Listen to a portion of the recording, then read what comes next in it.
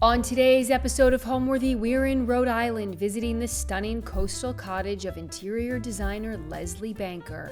Known for her knack of blending old and new, Leslie's home is a reflection of her bold design choices and her philosophy of creating spaces that feel both connected and alive. From the vibrant yellow dining room walls to the mandarin red accents, Leslie's home is full of colors and textures that tell a story. Today, you'll get a glimpse of how she balances these elements and hear about her book, Think Like a Decorator. Enjoy! You're watching Homeworthy, where we believe every home has a story.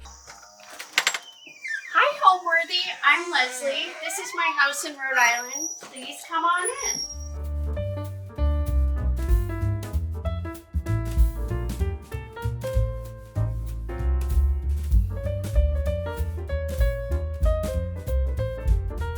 Hi, I'm Leslie Banker. I'm an interior designer. I'm a book author, and this is my house in Rhode Island.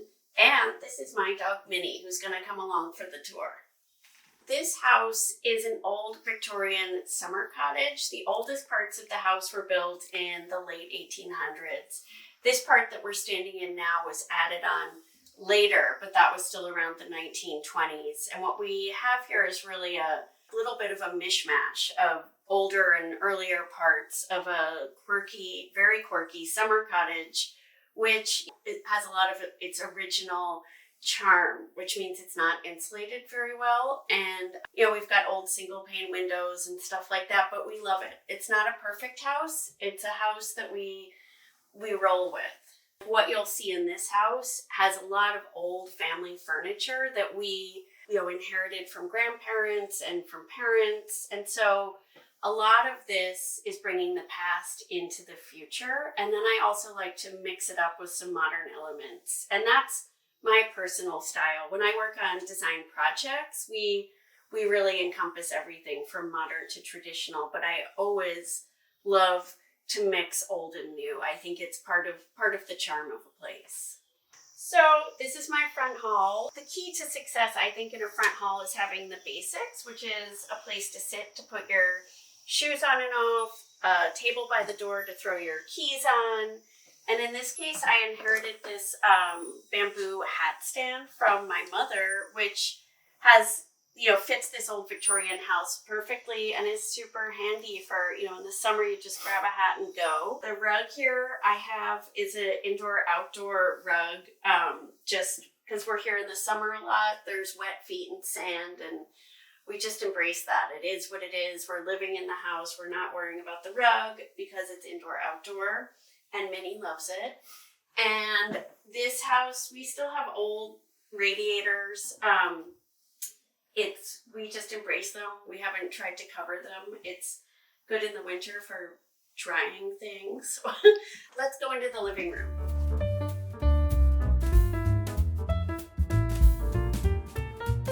So this is my conversation grouping in my living room. And what I'd say about it is I think there's a fine art to creating a conversation grouping, which is people need to feel like they can talk to each other easily. They need to be able to put a drink down easily. So you need to think through, one needs to think through how every space, the distance between the furniture and that there's a little table next to all pieces. And I'm a huge fan of having little footstools like these that can tuck under a table, and then it's great if you have a younger visitor or even just for a grown-up to pull up a seat.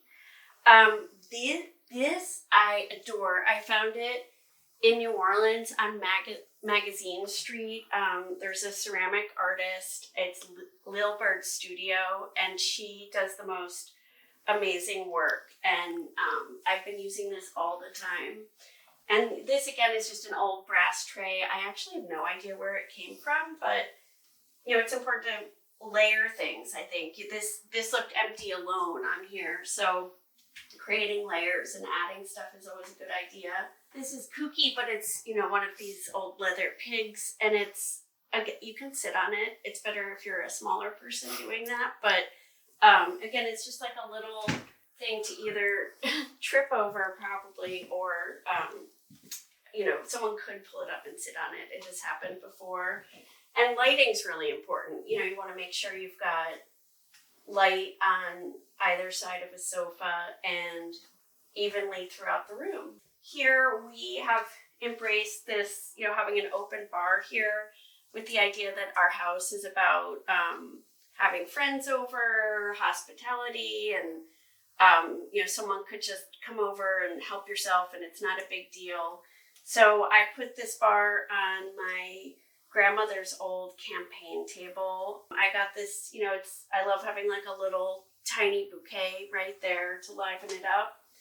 And then we keep mixers, whether people are drinking alcohol or not. You can grab a ginger ale or a Diet Coke right here.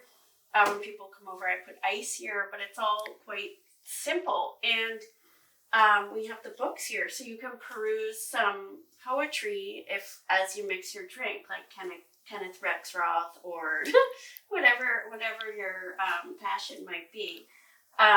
So we embrace this. These are old film reels that I bought many years ago.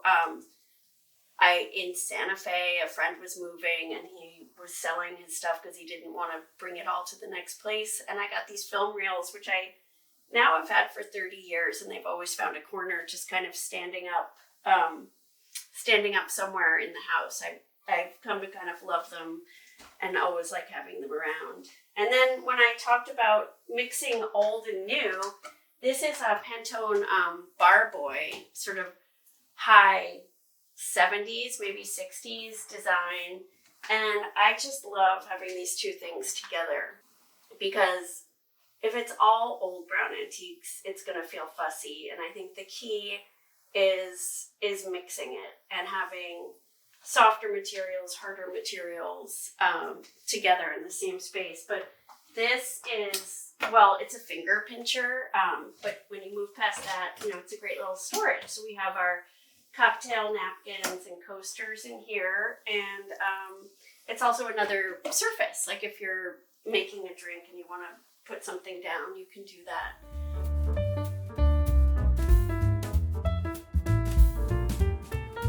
So this is my sun porch. It's quite original. It has the old clapboard single pane windows. It's not winterized, but we stay out here and have meals out here and hang out here until it gets too cold, basically.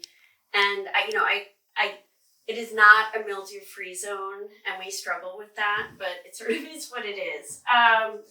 And so out here, I have some of my favorite things. I love blue glass is one of my favorite things. I love how the color works with a tablecloth or a table. I love, these are old terracotta plates. They're from a Italian ceramicist, and I love the old terracotta. They're not dishwasher friendly, but for special occasions and special people, we do break them out. We have an old lamp from my grandmother, and I have to just say here that I've just put a new lampshade on this recently. There was some mildew on the old one, but a really simple, not terribly expensive upgrade in a house is new lampshades. Like fresh, clean lampshades that fit well, and it's like a facelift, a huge pick-me-up. This is a copy of my book that I wrote. It came out last year, published by Rizzoli. It's called Think Like a Decorator. And a lot of the things I'm talking about today are things I write about in the book. And, a lot of it's what we talk about is thinking about, what bugs you in a space, because that gives you kind of a guideline for how to move forward with changing a space. And a lot of things we talk about is embracing, just creating what the narrative is for your house and your space. And it doesn't need to be perfect. Not everybody needs to love it, but you need to love it. So how do you want to live? And in our case, we love having family dinners, a few friends over, and we do it really regularly. So this is a great spot to sit, to have a meal with some friends, and to, surround ourselves with things that make us happy. And I would say right now, there are a lot of patterns going on. Like I've got the toile tablecloth and the killam and this hand-painted ottoman. And would I consciously go out of my way to plan to put these things together? I would not. But, and my dress. It is kooky. But I started putting these things together and I kind of liked it. Like I see yellow, I see geometric patterns, and I see flowers, and those things, to my mind, all just work together. So we're going with it. Father-in-law had Parkinson's. He sadly died a couple years ago, but in his later years, he started painting, in part as kind of therapy for his Parkinson's, and he loved it, and he really took to it. And we like his paintings a lot. It was something that brought a lot of joy into his life, and so it's really nice to have these here as a reminder of, something that made him happy, but also, this idea that you, as life goes on, can continue to find things that you like to do, new hobbies, new passions. So anyway, this is something that we, have hung here with a lot of intention, and love having it here. Here's our little table that we comfortably sit 3 around, but we have squeezed 5 or 6. It was very cozy. And we eat at this table a lot. And actually, this table and these chairs, when I was in my 20s, were the first piece of furniture I ever bought for myself. And I'm looking up, there's a picture in my book, which is, they were in my first apartment, which I have pictures of in my book. And they're Prouvé. It's a Prouvé table and Prouvé chairs. And I got them from Vitra. And at the time, it felt like a crazy amount of money to spend. I was just, starting out on my career. And I've had them now in every house I've ever lived in. And they're a perfect little size. And they work. So I have 0 regrets about it. And, would really encourage anyone, without, overdoing it, but if you find something and you can make it work, to do it. If you feel like it's something you could carry along in future places. It's good to build a collection of things you can carry with you that work in multiple areas. So, and I love a small round table. We've lived in this house for 18 years. My husband and I bought it shortly after we were married. We were living in New York and living in a rental apartment, and we came up, we didn't really mean to buy a house up here at that moment. We came up to visit friends, and we had a little bit of a real estate looky-loo moment and just went and looked at a couple houses, and we just fell in love with this place. It's quirky, it's rambly, it's in town, so you can walk to town easily.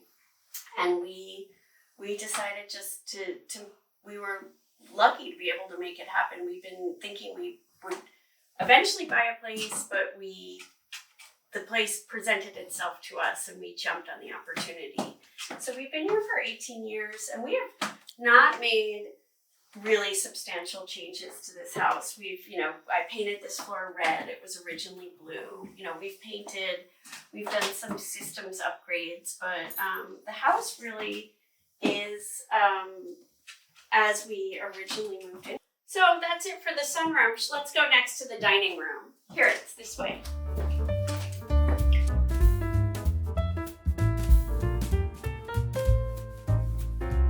Welcome to my dining room. It's yellow. I will say that yellow can be a controversial color. Some people, I think it's like cilantro. Some people have an aversion to it, but I happen to love yellow, and I think that's because I had a yellow bedroom when I was growing up. And I think a lot of decorating for all of us is trying to either recreate or run away from things like how we grew up. Like, you know, some people are super tidy because they grew up in a messy house, or, you know, some people are constantly trying to recreate their childhood living room. Or I just think a lot of the past informs the present. And in my case, I love yellow because I have happy memories of my yellow room in my childhood. This is Pharaoh and Ball Babouche, the color, and I love it. So the other things I would say is this chest. It was my grandmother's, and right around the time that we got this house, she had to move out of the bigger, like the house that she had lived most of her life in, to a nursing home. So some pieces of her furniture were available for, you know, family members, and I took this chest. I thought it was really pretty. It's bird's eye maple, and it was right when we were moving in here, and we didn't have any furniture, so I just decided to use it here, even though it might be a little unusual to have a chest in your dining room. But I keep napkins and placemats and forks and knives in here, and it works great. Also kind of as a sideboard instead of having some more formal sideboard. And these are these LED lights, which I just think are fabulous. They're great to have around. We move them to the table sometimes, or you can take them out to the sun porch. And then these are, I think they're old perfume canisters. That's what my mother told me. And there was a sort of funny story about them, which is my parents had them in their house. My mother was an interior designer, and so I worked with her for a long time, and I took her business over after she died about 10 years ago. But because she was an interior designer, she had nice things, and they also often sort of, I don't know, she wasn't that attached to a lot of things. And so she had these, there's a pair of them, and I always loved them. I loved the colors. And one day when I was a teenager, I was coming home, and there was a store. We lived in New York, and there was a store at the bottom of our building, and I saw basically these in the window, and I was like, Mom, that's so weird. There's like the exact same canisters in the window downstairs. Did you see that? And she was like, and it turned out she had decided to deaccession them. She was kind of redecorating, and she had put them on consignment in the store downstairs, and I basically made her go back and get them for me, and so then they were mine. And I've always loved them. I love the colors. I love how they're hand painted. This is an old Carl Springer table. It actually was my mother's desk at her office. She was actually, I would say, she was friendly with Carl Springer. They collaborated together a lot on pieces of furniture in the 70s and 80s. And there actually is even a Carl Springer coffee table called the Banker table, and it's a design they worked on together, or he made for her. I don't totally know the story, but there is a design called the Banker table. So anyway, this is Mom's desk. It's been so many different colors. It's been brown, it's been red, it's been green. And so we love the form, and we just keep spraying it or stripping it and spraying it, when it needs it, when time goes on. And this is a Noguchi paper lantern, which is one of my favorite solutions when you just want something simple, not too expensive, and classic. It does the trick. It's a nice soft light. I ordered these directly from the Noguchi Museum gift shop, which you can do online. And this was kind of an accident. I was buying a piece of art for a client online at a Ragu auction, and this was the lot that, I was on the phone bidding, and this was the lot that came up before the piece of art that I wanted. And like no one bid on it, and it was, they were like, does anyone want it for $800? Does anyone want it for $700? And finally I was like, I'll take it. Like, so I took it, and here it is. It's a tapestry based on a Picasso painting, and this is supposed to be like looking through a keyhole, and that's a person.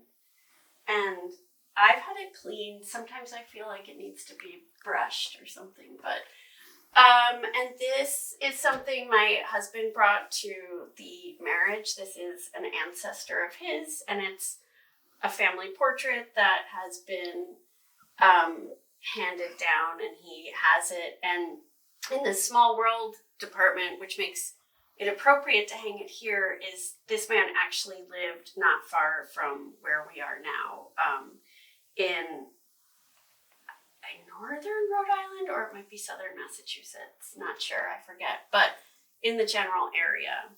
These were my mother's, and she frankly pushed them on me. I think she found them at some, like, she didn't pay a lot for them. She found them somewhere.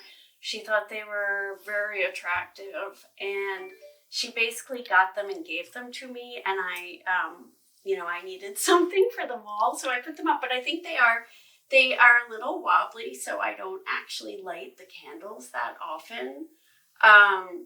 It feels a little dangerous without careful supervision, but they do the trick. They're nice. They're nice. I'm realizing that I think my eagles are facing away from each other, and they should be facing each other, so I probably should swap them. And if I was really committed to these, I would get them wired so they could be electrified and hang right, which now that I'm thinking about it, maybe I should do, because I think they do look pretty good right here. We've been told that this house originally was built during the end of the Civil War, and this was sort of an officers' club, and that this room was the kitchen, and the room behind these doors was the kitchen, and this was the dining room. So this pass-through just came with the house, and I once thought about closing it up, and I'm really glad I didn't. It's kind of just a funny little detail. We keep them closed because the guest room is on the other side of the doors, and sometimes guests don't love the idea that you just open the doors and welcome them to the day from the next room. But anyway, I said this house is quirky and not perfect, and here we are. This is quirky and not perfect, but we've decided to embrace it. This is a print that my husband had. It shows the Eberhard and Ober Brewing Company from Pittsburgh, and his family a long time ago was from Pittsburgh, and so this had sort of a history for him and his family, and he had the poster, and my mom framed it for us once as a Christmas present, as a holiday present. So and I think the colors go really nicely in here. And the only other thing I'd say is this rug here is a Ushak that it was my grandmother's. She had lots of dogs. It came with a warning that it might have had some, perhaps a dog might have peed on it or something, but we cleaned it, and it wears really well. It's an old rug, and it I think warms up the room and brings a lot of character. On the other side of the dining room, we have a little seating area, which is a little unusual, but the way the house is laid out, people walk through the dining room to get to the kitchen, so we couldn't have like a huge table. You'd have to walk around it. So we have this little love seat, which again was my grandmother's, this time on my mother's side, and I had it recovered. These are pillows, little pillows. I think it's really nice to have a throw. To feel furnished, a nest needs layers. It needs throws and pillows and books on the table to make a place feel really finished. As people think about their own houses and how to design them, a lot of it has to do, I think, with being kind of your own best stylist and really like looking at your tabletop and thinking about each space. Does it have clutter on it? What would look nice? So in this case, we have some books this is my new, I just got the Bunny Williams book. We do play a lot of backgammon, so I have a backgammon board here. And then one of my favorites, Pirates, Fact or Fiction. It's sort of fun to peruse sometimes. And this is a drawing done by an old friend of my mom's named Edward Dudensing. He died a while ago, a long time ago actually, but in the 70s and 80s, 1970s, 1980s, he did these drawings for fun and friends bought them. He wasn't a big commercial artist, but I just love them and I've always grown up with them. I love the colors and the kookiness of it. And it's really nice, I have to say, to have a little seating area in a dining room, because if you have friends over for dinner, it's nice to get up from the table and say, like, let's sit, or we go into the living room or here, but this gets used a lot and it's right next to the kitchen, so we don't have an open kitchen, so when people can sit here while people are cooking and you're kind of within shouting distance. And I do have a thing for little chairs. These, I find them, I don't know, I just find them and I like them. Sometimes people sit in them. And this is an old French furniture designer, Roger Capron. I hope I'm getting the name right, but I got this on first dibs. It felt sort of perfect, low and round for our beach house here. Not trying to be too fancy or anything, and I like the fact that it's old. So next I can show you the bedroom, which is over here.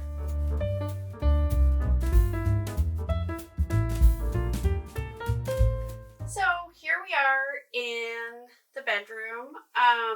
This is, again, a small, cozy room, and I would say I have these old Porto blanket cover and pillowcases, which I just think are so pretty with the butterflies, and I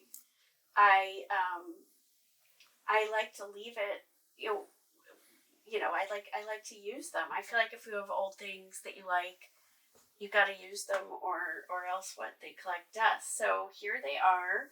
And again, in this room, I always think there's something about mixing flowers and florals with something more graphic is a combination that tends to work. So I do love this with this black and white ram print, which my friend, who's an artist, her name's Jane Wright, she did a limited edition of these prints, and I kind of like the seriousness and the contrast with the bedspread, and we have I think you like bedside table, especially if it's a guest room or a space, but it's just nice to throw a few little flowers.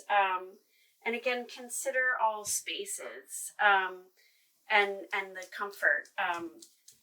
It's always nice to have a throw on the foot of a bed just to make it look finished.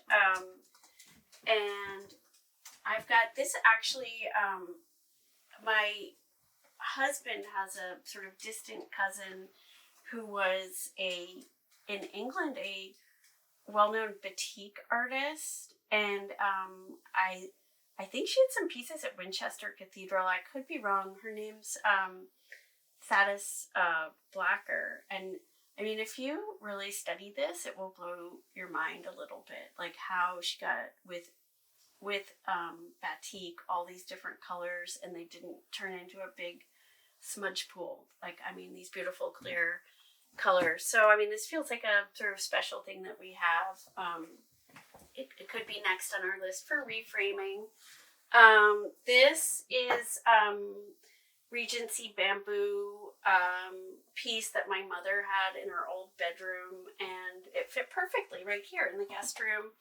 And having a chest like this in a guest room is a great, you could keep your wrapping paper down in the bottom drawer, and I don't think anyone's ever really gonna know.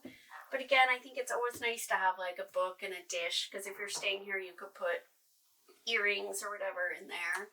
And again, I also think at a bedside, it's always nice to have a little dish, just to finish the tabletop. And if you had, I don't know, hearing aids, I think I'm getting old, but like hearing aids or whatever, a little place to put things. And again, this little table, I wouldn't have gone out of my way to say, oh, I'm going to plan to put this little, it's really a table that should go in a living room, but there's not a lot of space here with the window and everything. So this is small and it just works. And so we put it here.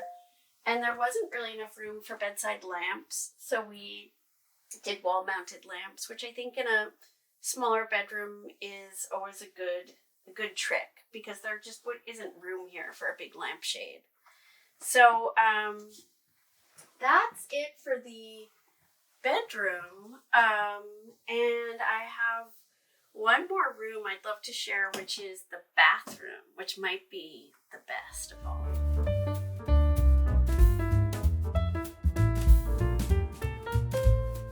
So on the way to my bathroom, this is a hallway outside the bathroom at the top of our stairs, and I would say it's handy to just think through every little spot.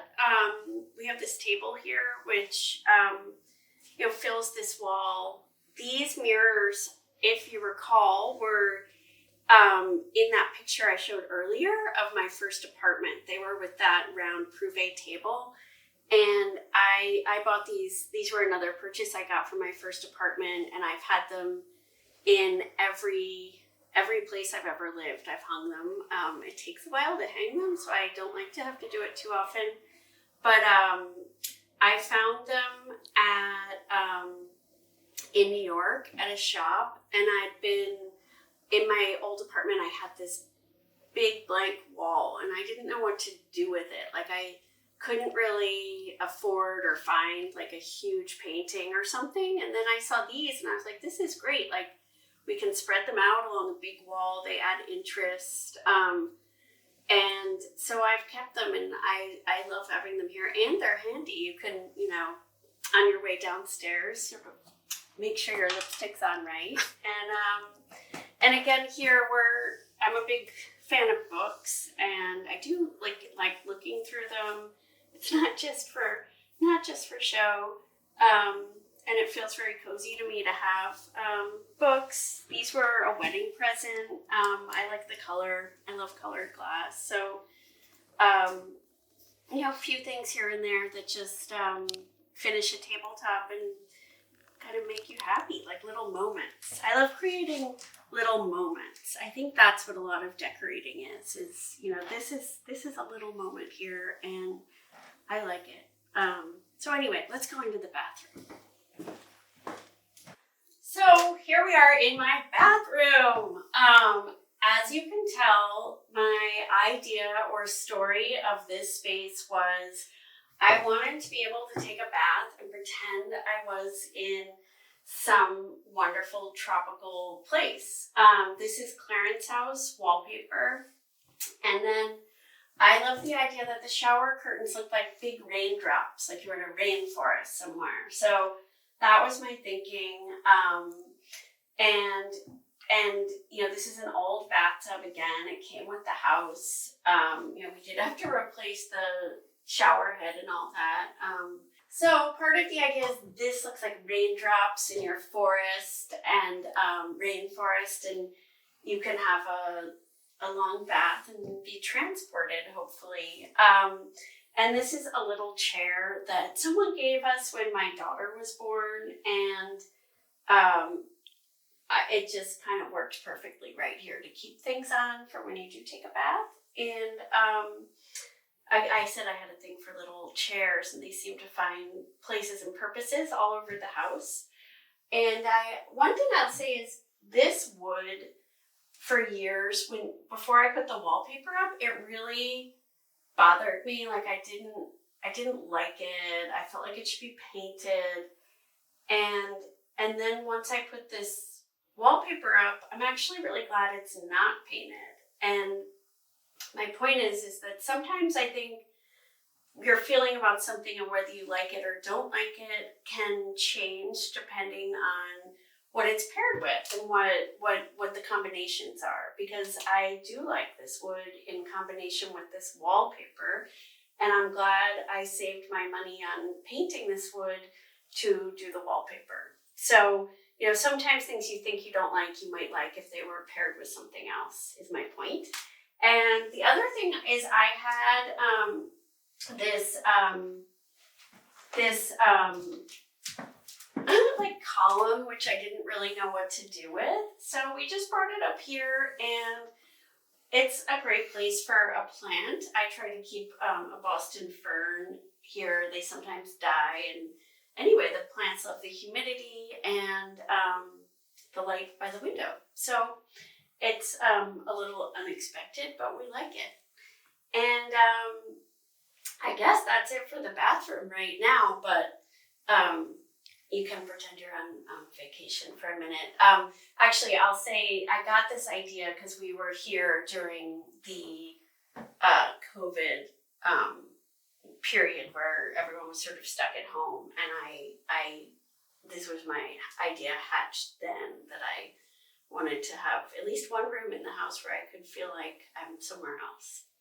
Well, Homeworthy, it's been so great having you here, and I'll see you next time. Thanks for watching. Be sure to go to homeworthy.com for exclusive content, shopping guides, and so much more.